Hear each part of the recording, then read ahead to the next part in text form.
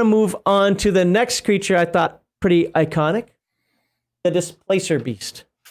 This is actually one of my favorite ones to use.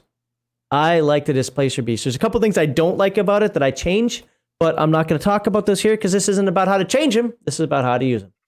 Oh, what does roast cockatrice taste like? Well, pork. There you go. Defeat expectations. Thank you. I'm just sitting here going, yeah, he didn't do it, and I'm happy for it. All right. The Displacer Beast resembles a puma. Everybody says a panther. Puma. Panthers are leopards. They don't have spots. Yes, they do. Panthers have spots. Look it up. However, they have 6 legs and 2 black tentacles that grow from its shoulders. Gross. Yes. As you can see on the screen. What I love about this drawing is somebody forgot to put in the extra legs. That's fine. Yeah. Anywho, my brain would instantly reject it. Well, you're supposed to. It's a magical creature. And I know with some of the things that I say about the Displacer Beast, somebody get it ready. Somebody's going to say, it's a magic creature. Shut up. So it's climate terrain, temperate mountains. That's a pretty... narrow field. Yeah, narrow field there. Yeah. Frequency is very rare. Well, that makes sense. Organization is pack. And I want you to remember that. Now, again, when I've played this game, I have never come across more than 2 Displacer Beasts at one time, usually 1, which doesn't make any sense. As we'll see in the next slide, it's supposed to be 2 to 5. That's from a random. Now, again, these numbers are for random encounters. Game masters are allowed to do whatever they want. But if you're going to use a Displacer Beast to try to challenge a party, why don't you use a different creature? Anywho, activity cycle is any. Again, you can find it stalking at night. You can find it running around during the day. You can find it, it's carnivorous, obviously. It's, a wild cat of some sort. Its intelligence is semi, 2 to 4. So it's smarter than the cockatrice, but again, baboons are 5 to 7. Some of the other large cats are also 2 to 4. That's because they use a little bit more strategy than a cockatrice would. Yes. They have a set pattern. They'll aim for weak spots that they understand, more patience, like neck and groin, stuff like that, and they will surround their prey, stuff like that. Like all big cats do that, and so it's reflected in their semi-intelligence. Right. Tigers being solitary, they stalk more than they surround. But yes, yeah, fair. So intelligence is 2 to 4, and he hit the nail right on the head there with what that means. Again, they're a little bit more tactically sound. It doesn't mean they're intelligent. They're not using tools. They don't have thumbs. Treasure again is D, but only if you catch it in its lair. That's what the parentheses mean. And alignment is neutral. I don't know if I believe that alignment.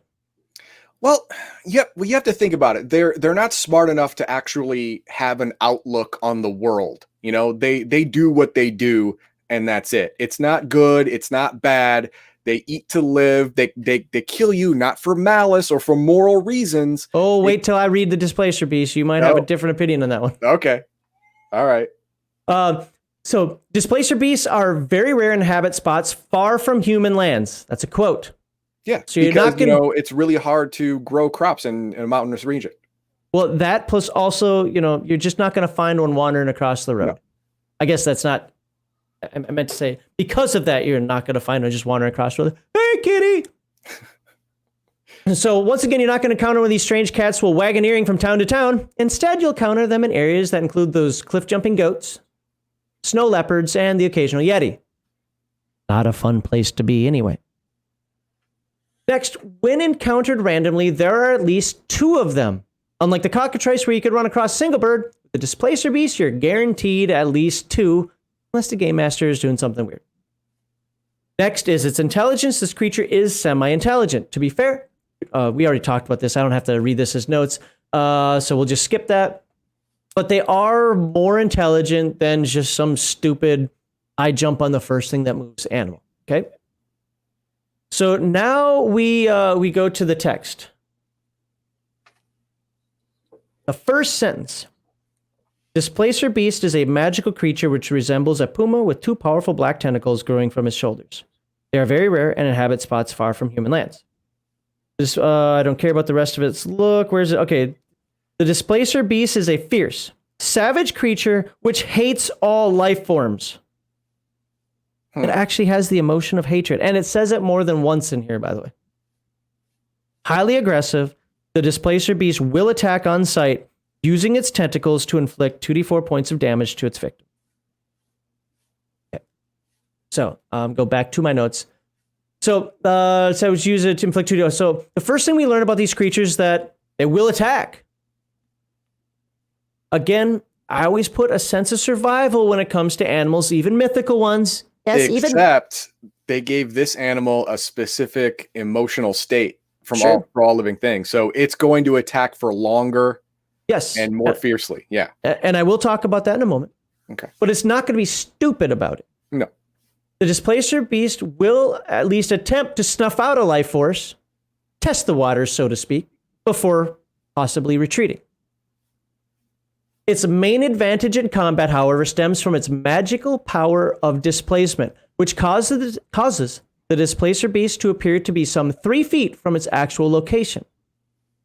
Anyone who attacks a Displacer Beast receives a -2 on the attack roll. At higher levels, -2 isn't a lot, but at lower levels, that's pretty... That's hit and miss, yeah. Yeah, that's 10% right there. Now, sidetracking myself here because I love this creature, okay? This is one of those that in my AD&D games, I like to put in there when the characters are of appropriate level.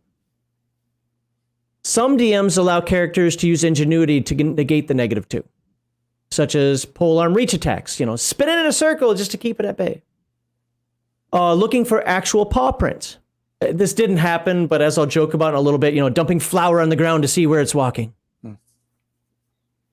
Instead of seeing the illusory steps and so forth. Molotov cocktails. Well, area of effect attacks are a little different, although it does get a bonus to save, as we'll find out in a moment here. I don't allow this. The reason I don't is because the description says only true seeing will reveal the true position of the Displacer Beast. Not even detect or dispel magic work. That means that the illusion is powerful enough to fool your senses, even if you're dumping the proverbial flour on the ground. That is the nature of this beast. You'll always have the -2. The only time I would say no is if you're locked in a 10 by 10 room and there's nowhere for anybody to go. No, you cannot toss weapon black at it because the weapon black, fairy fire doesn't work either. So none of the only true seeing. Even fairy fire doesn't give it the advantage. I think it does in 5th edition, but it does not in early edition. All right, so where am I here? In addition, these monsters make their saving throws as 12th level fighters, vice 6 hit die monsters, gaining an additional 2 to their rolls, which when I looked up the rules, that's a double bonus. Mm-hmm. Because making a saving throw as a 12th level fighter is not just too different than being a 6 hit die monster. So you're doing it as a level 12 fighter and then adding another 2. It's got a really good chance of making it roll. Some lost. How is that lost between editions? When I read the 1st edition one, I didn't see anything in there that would counter that. Although he's probably talking about 5th. Well, now 2nd edition does expand. To be fair, 2nd edition does expand a lot on. I would think that without that ability, Displacer Beast is kind of a glass cannon. It's just not really a good creature. It needs these abilities in order to really be effective at what it does. Otherwise, it's just a cat with tentacles. So this is another defensive ability, these saving throws, right? First it has displacement, now it has saving throws. This tells me the creature intends to fight both toe-to-toe against smaller or equal-sized creatures, or as a hit and run. And this is where I think the game masters go wrong. They don't do this. As hit and run against larger opponents. So for a moment, let's consider Displacer Beasts as part of the Felidae family. Cats. This is where somebody says, they're magical. Shut up. They're cats. Just magical cats. They're mythological cats. Large cats rarely just see something and immediately attack something. Yeah, your house cat might do that, but large cats don't tend to do that. They tend to use their animal instincts to size up and stalk their prey. While not explicitly stated, I see this displacement ability as an extension of that concept. Yes, it has an obvious in-combat game mechanic bonus, but incorporating the displacement ability with its predatory nature, especially since it wants to kill all life and not just hunt for food, seems like a no-brainer to me. I don't care how powerful the large cat is, it could not have the desire to snuff out all life and remain genetically viable without using its abilities to its fullest advantage. Cats like to leap and pounce. Imagine a 10-foot-long Displacer Beast leaping over you from a rocky ledge to your right. Thump, thump, its tentacles as it lands to your left, twisting you to face in that direction in the process. Another one of the tentacled cats whips and cracks you from behind in the back. While a moment later, a third one, also from what was your right side, strikes at you from ground level. I imagine a pack of Displacer Beasts attacking like a pride of lions or even a pack of wolves. They all gang up on the same target while simultaneously confusing the target as to which beast is the next or primary attacker. Wolves tend to do that. Well, they'll have one look like, hey, follow me, while the other ones are nipping at it. And then they trade off.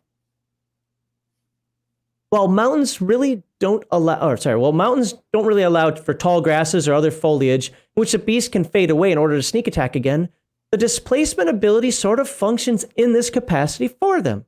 Again, cats. Quoting again, they hate all life and will sometimes kill purely for pleasure. The pack is a Lost Ogre nailed it right here. If it hates all life, it can't be neutral. Well, if it literally hates all life and will kill for pleasure, that's chaotic evil. Well, neutral evil, yeah, chaotic evil. It depends on how people want to define there's commentary in here about the alignment thing. Yeah, I wasn't going to read it because it doesn't matter, but there is commentary in here about the alignment thing where it says some people actually think they do border on having a true evil alignment. But one of the things that I wanted, and if you notice that everything's, you can't see this part, sometimes kill purely for pleasure. Okay, that is the quote. They hate all life and will sometimes kill purely for pleasure.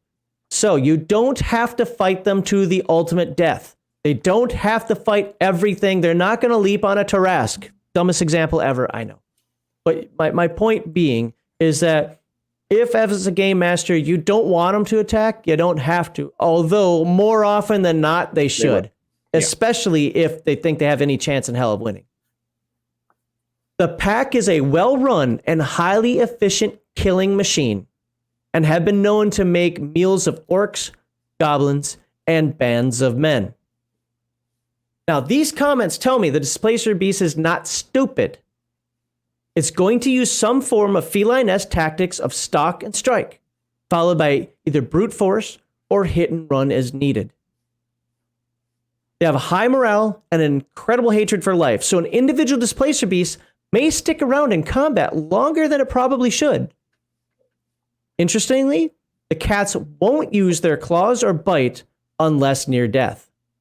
Before then, it only uses its tentacles. That's one of the things that when I personally run these things, I change. But because it doesn't really make sense to me. Well, damage-wise, it does, but that's it, because the tentacles do more damage. Yeah, but an animal not using its natural attacking weapons, claw and bite, is weird. I mean, why even have claws and teeth if you're not going to use them? That's stupid. Yeah, I'm just going with how the base creature's written up. But yes, that is what I change as well. I've even turned the tentacles into grappling attacks. But that's outside the scope of this. So unlike the cockatrice, a Displacer Beast is not going to let the PCs escape. Sure, it may let one go to worry about a more threatening target, but generally speaking, the beast is going to kill or run away if it's nearly dead or be killed. This is one monster in which a TPK, the total party kill, is appropriate. So that's what are people saying about? That's really all I had for the Displacer Beast. What are people saying? Mine use tentacles to rend libs, act like a brown squid. Okay, I can see that. Using Puma analogy of pouncing and falls to get a kill bite. Yeah, it specifically states in here That's why I said that it won't bite. It's weird. It says Displacer Beast will not use their claws or teeth unless near death or when fighting a very large opponent. And I picture that kind of the way a lion takes down like a water buffalo or something. If they do employ those secondary weapons, each claw does 1d3 damage and each bite does a d8 damage. Now, one of the things I'll do with the Displacer Beast, since it has 6 paws instead of 4, is I will actually give it 4 claw attacks instead of just the 2 attacks it normally has. Where did I want to say? What were we talking about that I said was written in here? Naturally vicious and almost evil at time, the Displacer Beast has undying hatred of the blink dog. I don't care about that. Yeah, they hate blink dogs. I thought there was something else I was just talking about that I was going to put in here. Anyway, that's I don't want to beat this. Again, if you really want to know more, you can read up on this. But my thing was that the way I see both the cockatrice and the Displacer Beast used wrong is it's almost like this, this medieval warfare. Cockatrices are here. Party is here. Da, da, da, da. Fight. Yeah, right. It's like, no, a cockatrice should use, cover to its advantage, the tall grasses, and zigzag towards it. And it looks like you're being attacked from this side, Well, that side. in their instance, cliffs or outcroppings to pounce, jump on. Oh, for the Displacer Beast, yes. Escape, stuff like that. Get lose, have the enemy lose sight of them so they could turn around and come at them from behind. Stuff like that. Yep, for the Displacer Beast, absolutely. That's what I was going to say about the terrain to the advantage, and you don't have to attack every round. The goal is to win. And again, if you look at how creatures fight in the wild, sure, do they think about it like, it's best if I retreat right now, and then I can attack and live today, fight another day? No, but if an animal, especially a cat, is out of position, it will leap up to that outcropping, turn around, survey, and either run away or jump back down. Unfortunately, this is a Displacer Beast. You kind of know what it's probably going to do. Yeah, it's gonna keep trying to kill you. Yeah. Until it really gets to the point of like, yeah, I've lost this one. And remember, there's more than one. Always. I fighting 3 Displacer Beasts as 5th level characters, it might look like, well, I look at this and looks like it should just work out. If you use them with these hit and run, have one of them brute force while 2 are hit and running, and all 3 of them continually attack the same target. Usually the most convenient, but they, I could see them getting focused. Yeah, if you play the Displacer Beast or the cockatrice, going back to the first segment, as I attack you, I attack this other one, I attack this other one, then you're really playing them wrong. No creature in the wild. Watch lions attack. Yeah, this holds a lot of water because they are described, if you scroll up, they are described as pack animal. One more. Oh, yes. Yeah. Okay. Yeah. Organization pack. Almost all pack animals fight in a specific way. They surround their prey, figure out who is the weakest of the bunch, and go after that one. So unlike a cockatrice who will like, I don't know which one is the mage. No, the mage is going to be the skinniest one, and is the one that smells fleshiest. Yes. I use smell as just general sense term. Yeah, it's going to be the skinniest one. It's going to have the less plating. It's going to be the physically weakest of the prey. So it can definitely target the wizard first, and take his head off right off the bat, and then the whole party's boned. And I always say that if you want, it's just a dumb cat. Well, it's a pride of lions. If you don't want the wizard attacked, well, first of all, to attack a group, a kind of a huddled group of player characters might not happen. But if they're just kind of straggling through the savannah, a pride of lions is probably going to target either the rogue or the wizard, because it just looks. I mean, the rogue's usually the smallest, and the wizard's usually the most frail looking, and it can just sense that. I don't know about you, but unless it's really overblown, I can't look at a herd of 100 freaking wildebeests and tell you which one's the weak one. Now, after about 30 seconds of chasing at 30 miles an hour, you can find the slow one. Yeah, you can find the slow one, and which tends to be the weak one. That's why we invented rifles, because we don't care which one's the weakest one. Bullets kill all the same. I got a whole lot of friends in this chamber that run faster. Yeah, right. So one cat gets the attention, other cat sneaks up behind you. Yes, absolutely. So one, it wasn't about the molecular acceleration that possesses. You know, I only glanced at the Displacer Beast. I don't remember reading that. Let's pull that real quickly here. I'll be right back.